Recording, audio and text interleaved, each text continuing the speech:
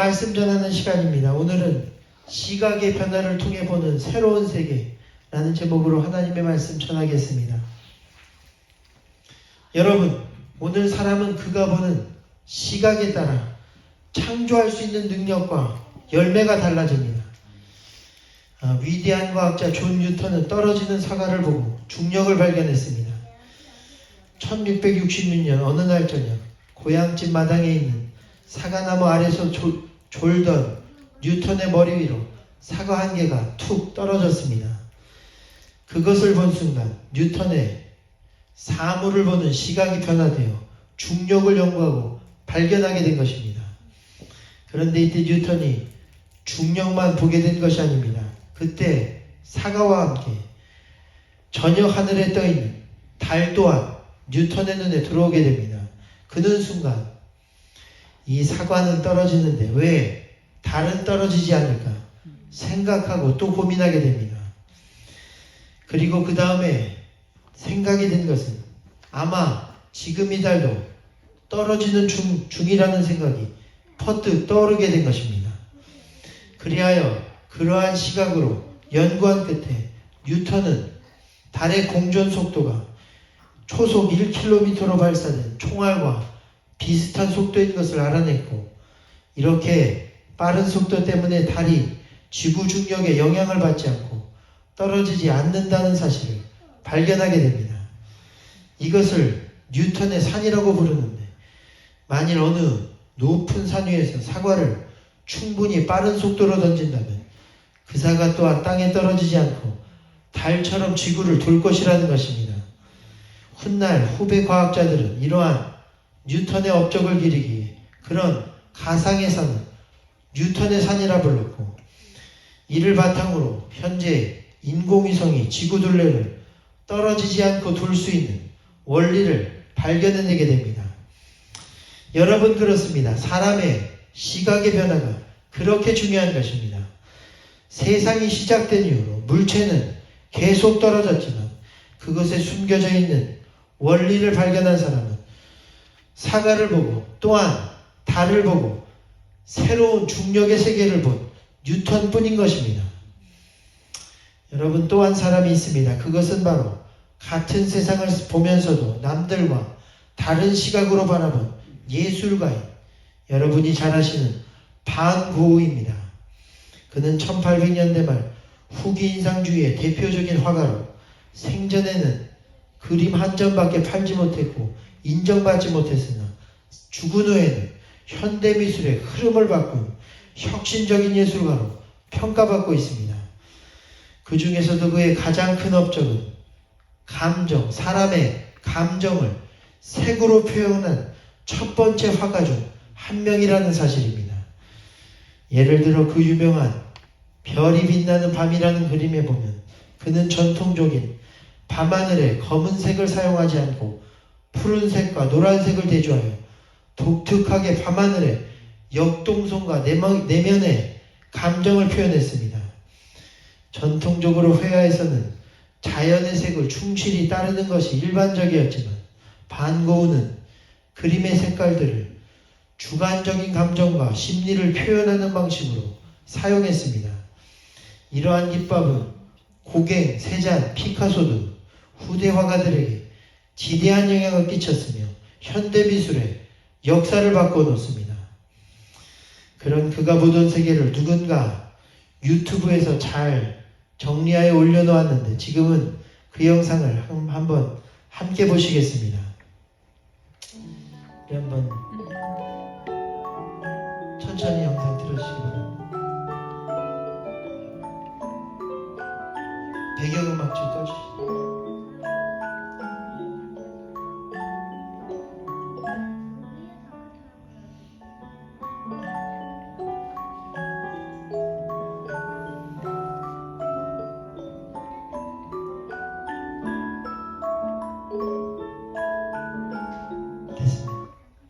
감사합니다.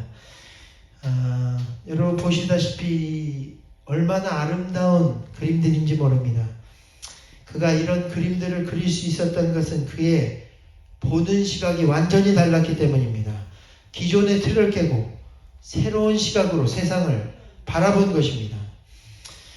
이와 같이 여러분, 오늘 같은 현실을 보더라도 다르게 해석하고 행동한 사람들이 인류의 역사를 바꿔놓은 것을 우리는 알 수 있습니다. 마찬가지로 오늘 신앙과 믿음의 세계도 마찬가지입니다. 믿음이라는 것은 우리의 시각의 변화를 통해 새로운 세계를 보는 것이 믿음입니다. 이 시간 우리의 시각이 바뀌어 하나님이 주시는 새로운 세상을 바라보는 여러분이 되시기를 주님의 이름으로 축원드립니다. 그러니까 현실만을 보는 것이 아니라 현실 너머에 하나님이 이루실 새로운 세상에 대한 눈이 떼어져야 하는 것입니다. 이렇게 우리의 시각이 변화되면 광야가 샘으로 가득한 것을 볼 수 있습니다. 절망으로 가득한 세상이 아니라 절망 속에서도 꽃이 피고 사자가 어린아이와 뛰는 새로운 세계가 펼쳐집니다. 오늘 이사야 선지자에게도 이 눈이 열렸습니다. 이리가 어린 양과 함께 살며 표범이 어린 양과 염소와 함께 누우며 뛰노는 그런 세계가 그의 눈앞에 펼쳐지게 된 것입니다.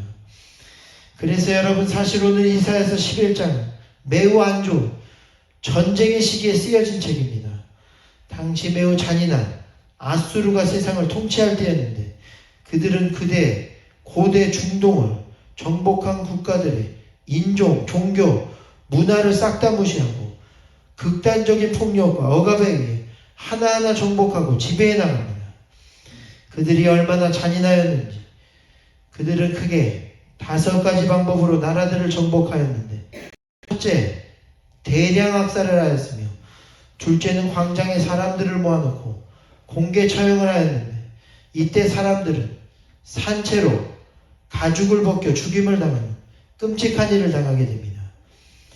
또한 그들이 도시를 점령했을 때도 만일 그 도시 사람들이 조금이라도 반항을 했으면 그 도시 사람들을 모두 불태워 죽이는 경우도 하다했으며, 그리고 정복한 도시 성벽에 적군의 머리를 꽂아두거나 사지를 절단하여 시체를 도시 입구에 피라미드처럼 쌓아두기도 하는 그야말로 지옥과도 같은 공포정치를 행하게 된 것입니다.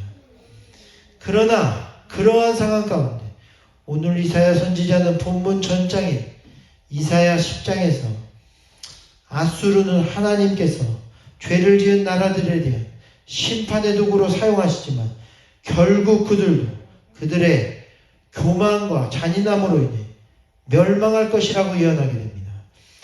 그리고 결국 이사야의 예언대로 아수르는 BC 612년 바벨론과 메디아의 연합군에 의해 수도 니누에가 점령되며 완전히 멸망하게 됩니다. 그리고 중요한 것은 동시에 그는 또 다른 세상이 세계 앞에 펼쳐질 것을 보게 됩니다. 그것은 바로 오늘 본문의 말씀입니다. 그때 이새의 줄기에서 한 싹이 나며 그 뿌리에서 한 가지가 나서 결실할 것이요, 그가 공의로 세상을 다스릴 것이며 정직으로 세상을 심판할 것이니, 그때의 이리가 어린 양과 함께 살며 표범이 어린 염소와 함께 누우며 젖먹는 아이가 독사의 굴에 장난하며 손을 넣을 것이니, 이는 물이 바다를 덮은 같이 여호와를 아는 지식이 세상에 충만할 것임이니라 말씀했습니다. 여기서 이새의 줄기에서 줄기는 영어로 말하는 브랜치가 아니라 베어 넘어진 나무의 밑둥, 말라 비틀어진 구루터기를 의미합니다. 다시 말해 생명의 기운이라고는 조금 더 찾을 수 없는 비참한 형편과 완전히 말라준 나무의 뿌리와 구루터기를 의미합니다. 그런데 거기서 싹이 났다는 것입니다. 여기서 싹은 이새와 그의 아들 다윗의 자손으로 오신 세상을 진정한 정의와 평화로 다스릴 왕이신 예수님을 의미합니다. 다시 말해 그는 죽음과 절망뿐인 세상에서 그러나 예수님을 통해 새로운 참 평화와 은혜의 세상이 우리 가운데 있고 구원이 임할 것을 보게 된 것입니다. 그리고 그 예수님을 통해 오늘날 그 천국의 구원과 은혜의 새 세상이 이루어지게 되었습니다. 그러므로 오늘 우리도 현실은 비참하고 혹독한 겨울 뒤에 봄이 오는 것을 상상할 수조차 없는 상황 가운데 있더라도 다시 봄이 오고 꽃이 피고 열매가 맺어지며 새로운 세상이 오게 될 것을 보아야 하는 것입니다. 다시 말해 절망이 아닌 소망의 시각을 가져야 하는 것입니다. 눈에 보이는 것이 아니라 하나님이 이루신 새로운 세상을 보아야 합니다. 죄악으로 가득 찬 세상만을 바라보는 것이 아니라 장차 이 땅이 하나님의 영광과 하나님을 아는 지식으로 가득 차게 될 것을 보는 믿음의 시각을 가져야 하는 것입니다. 오늘 저와 여러분이 그렇게 되길 주님의 이름으로 축원드립니다. 중요한 것은 우리의 시각이 그렇게 변화되면 우리의 현실도 변화된다는 것입니다. 새로운 세계가 펼쳐집니다. 문제만 바라보던 시각에서 하나님의 역사하심을 보는 시각으로 변화되면 하나님의 역사가 나타나는 것입니다. 또한 자신의 한계만을 바라보는 시각에서 하나님의 능력을 바라보는 시각으로 변화되면 하나님의 능력이 나타나 하나님의 능력의 세계가 우리 가운데 펼쳐지게 되는 것입니다. 여호수아와 갈렙은 10명의 정탐꾼들과는 달리 같은 가나안 땅을 봐도 저들은 우리의 밥이라고 말했습니다. 하나님이 주셨으니 문제될 것이 없고 결국 요단강이 갈라지고 여리고성이 무너지는 가운데 새로운 능력의 세계가 펼쳐지게 되었습니다. 그러므로 우리에게는 끊임없이 우리의 시각을 믿음과 신앙과 소망의 시각으로 변화시키는 노력이 필요합니다. 그래서 여러분 성경에 보면 제8요일이라는 개념이 나옵니다. 그것은 바로 지금 우리가 지키는 주일입니다. 여러분이 달력을 잘 보시면 월화수목금토일로 가지 않고 월화수목금토로 가서 토요일이 마지막 요일인 것을 알 수 있습니다. 이것은 성경에 따라 오늘날의 달력이 닿았기 때문입니다. 성경에는 하나님이 세상을 6일간 창조하시고 7째 날 쉬신 날이 오늘날의 요일 체계로는 토요일입니다. 유대인들은 아직도 그래서 토요일을 안식일로 지키고 있습니다. 그리고 지금 우리가 예배로 거룩히 지키는 주일은 한 주의 첫날이자 안식일 다음 날인 바로 제8요일이라고 말할 수 있습니다. 그렇다면 우리가 현재 제8요일인 주일을 안식일처럼 그리고 주님의 날로 지키고 있느냐? 그것은 바로 새 은혜와 새 율법과 구원의 완성이신 예수님이 안식일 다음 날인 주일에 부활하셨기 때문입니다. 여러분, 부활은 기독교 역사에서 가장 중요한 사건입니다. 예수님께서 죄와 사망 권세를 이기고 처음으로 새로운 천국의 문을 여셨기 때문입니다. 믿는 자는 예수님이 부활하신 것처럼 장차 죽음에서 부활하여 이제 올 천국의 새 세상에 우리도 들어가게 되는 것입니다. 오늘 제8요일은 이것을 말하고 있습니다. 우리가 지금은 비록 이 땅에 있지만 그러나 우리의 시각은 주님이 주신 새로운 은혜와 새 역사의 세계를 향해 끊임없이 변화되어야 한다는 것입니다. 그러므로 이 시간 우리가 우리의 모든 시각을 하나님이 이제 열어주실 새 은혜와 역사, 새로운 역사를 향해 변화시키게 되기를 주님의 이름으로 축원드립니다. 그러면 새로운 구원이 우리 가운데 임할 것입니다. 새로운 세계가 우리 가운데 펼쳐지게 될 것입니다. 가장 중요한 것은 이렇게 이사야처럼 자신의 시각을 하나님을 향해 끊임없이 변화시키는 사람은 어떤 상황에도 절망하지 않는다는 것입니다. 항상 주님이 주시는 새 소망을 꿈꾸며 그리고 이후에는 하나님을 위해 살게 되어 있습니다. 성경에 보면 하나님이 그의 종들을 부르실 때 그것을 콜링, 소명이라고 말합니다. 그런데 그때 소명에는 중요한 두 가지 패턴이 나타납니다. 하나는 하나님이 직접 부르시는 예레미야 선지자식의 패턴이 있고 다른 하나는 부르지는 않았지만 자발적으로 내가 가겠다는 오늘 이사야 선지자식의 간접 소명의 패턴이 나옵니다. 그래서 첫째로 하나님이 직접 부르시는 예레미야식의 패턴을 먼저 보면 거기에는 4가지 단계가 들어갑니다. 첫째는 먼저 하나님이 부르시는 단계입니다. 그러면 그 두 번째 단계에서 부르심을 받은 자는 그 부르심을 거절하게 돼요. 그리고 그렇게 세 번째 단계로 들어가면 하나님이 그를 모세처럼 예레미야처럼 설득하는 장면이 나옵니다. 그러면 마지막으로 네 번째 단계에서 마침내 부름받은 자는 하나님 저와 함께 하실 것이지요. 하나님께서 그에게 동행하시겠다는 약속을 받고 그 소명을 받아들이는 그런 패턴이 바로 전형적인 직접 소명의 패턴입니다. 그런데 오늘 이사야식의 간접 소명 패턴을 보면 하나님이 먼저 이사야에게 가라고 말씀하신 적이 없고 이사야가 자발적으로 내가 가겠습니다. 나를 보내소서 라고 말하고 있다는 사실입니다.